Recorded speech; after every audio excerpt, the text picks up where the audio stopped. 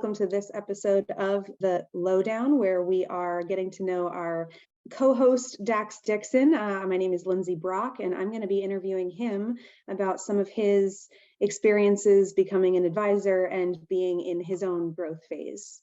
So, Dax, my first question for you is, can you tell us a little bit more about your journey into the financial career that you have? Yeah, I started out in Eastern North Carolina, grew up with a single mom and a sister. I was lucky enough to attend the University of North Carolina at Chapel Hill, go Hills. And, I didn't really have a career plan while I was there. My mom's a nurse, very unfamiliar with the business world. And so I happened to take economics, and then out of college, got a job at a mutual fund company where I worked for a number of years and learned more about the industry during that period, and was able to, obviously learn about what a mutual fund is, what a stock is, what a bond is, how do you allocate a portfolio, et cetera, et cetera. So that's probably my earliest entry into, I guess, the financial world, and been working in it ever since. Can you tell us what you do now? What's your career like now, and where do you work now? Sure. So I'm a wealth advisor in Chapel Hill. So I help with all the clients that are here in our Chapel Hill office. I also am a portfolio manager at Stearns and sit on the investment committee. So that involves everything from trading accounts, portfolio construction, making investment recommendations, doing due diligence on, any strategy that we might be considering putting into our portfolio. So I work hand in hand with the other members of the committee to kind of make some of those decisions.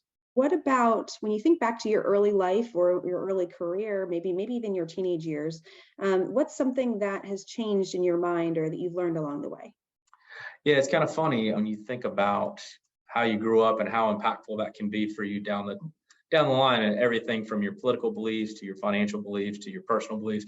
No matter what, there's certainly some lasting impact there, whether it was intentional or unintentional. But I do remember the one thing that I had to change is that whenever we received, I say we, my mom, because she was the only working adult in our house, whenever, she got a sort of a windfall. So in this case, something like a tax return, it felt like that was because she mostly lived paycheck to paycheck. And so it felt like this euphoric thing where it's almost like binge eating on Thanksgiving. It's the one day of the year, like all of a sudden we're flush with cash. And so, not binge eating, but there's elements of binge spending, whether that's buying a big ticket item or whether that's, spending on a trip or something like that, where she didn't have the ability to do that outside of those moments. And so as I got into adulthood and as I, was paid bonuses and things like that, I noticed that early on, I had that dopamine dump. Same thing. It's like, okay, now we can go on a trip. Now I can buy, a new TV or whatever. And then I think through time, I had to learn how to control that impulse. So that positive jolt of dopamine in your brain wants you to do one thing. So how do you control that? But how do you balance out, like, you do have a windfall. So spending some of it might be okay, but maybe not spending all of it. So I think just like everything else, whether it's health, whether it's personal beliefs, there's challenges to balancing that out in a healthy way, in a way that's, I guess, sustainable. And I think that's one thing that I had to learn through time, is how to manage windfalls a little bit better. So Yeah. Well, that's a great story, Max. Last question I have for you is, obviously you and I are both in that growth phase that we are excited to help people through and talk through some of the biggest topics that are on our minds and our peers' minds. But what are some issues or topics that are particularly challenging to you or others that you might be talking to in your growth phase? Yeah, I think that this could change depending on the phase that you're in. I in particular am recently married. So I got married in February of this year, which is, it's been nice. I think what's challenging is that I'd been single for all of my adult life. I'd never been married, right? And so making financial decisions was a Dax Dixon decision. It wasn't a Dax Dixon and wife decision. And she's not a financial professional. She's actually an attorney. And so, I feel that I have some background to help, whether that's how we're investing, how we're structuring accounts, things like that. So balancing kind of my expertise without trying to control that narrative completely with her.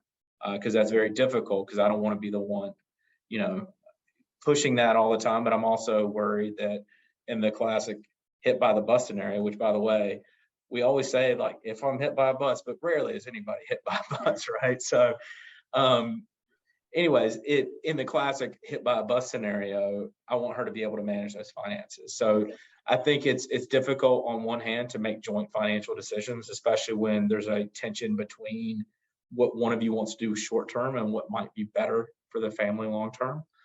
And I also think the other part of it is not leveraging my expertise in a way that would make her incapable in my absence of managing finances. So I think kind of balancing that out is proved challenging. I'm sure I'm not the only person that's ever experienced this.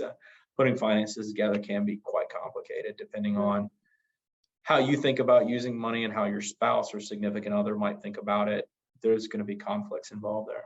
Yeah, and especially when emotions are involved, and also you want to empower her and she wants to trust you, and I'm sure it's the dynamic there is difficult. I face it to some extent with my husband too. Yeah, because like you said, I do want to empower her, but she might be like, I don't want to be empowered. I don't want to look at your spreadsheets. You just tell me how much bills are and take care of it, please. But you can't totally do that, right? So Right. Well, this has been a great conversation. Any other parting thoughts before we finish up this episode? No, I think this has been fun, Lindsay. Thank you. And I think that I'm really looking forward to kind of covering some of those high level topics that are really important in this age, because it's hard to get good information. It's even harder to get it organized. So thank you so much for helping me with this, and hopefully, we'll be able to help others. Good. Well, awesome. Thank you so much for joining us this time for the Lowdown. I'm Lindsay Brock, and this is Dax Dixson, our co-hosts for our podcast. We're looking forward to diving into some more high-level topics with you next time.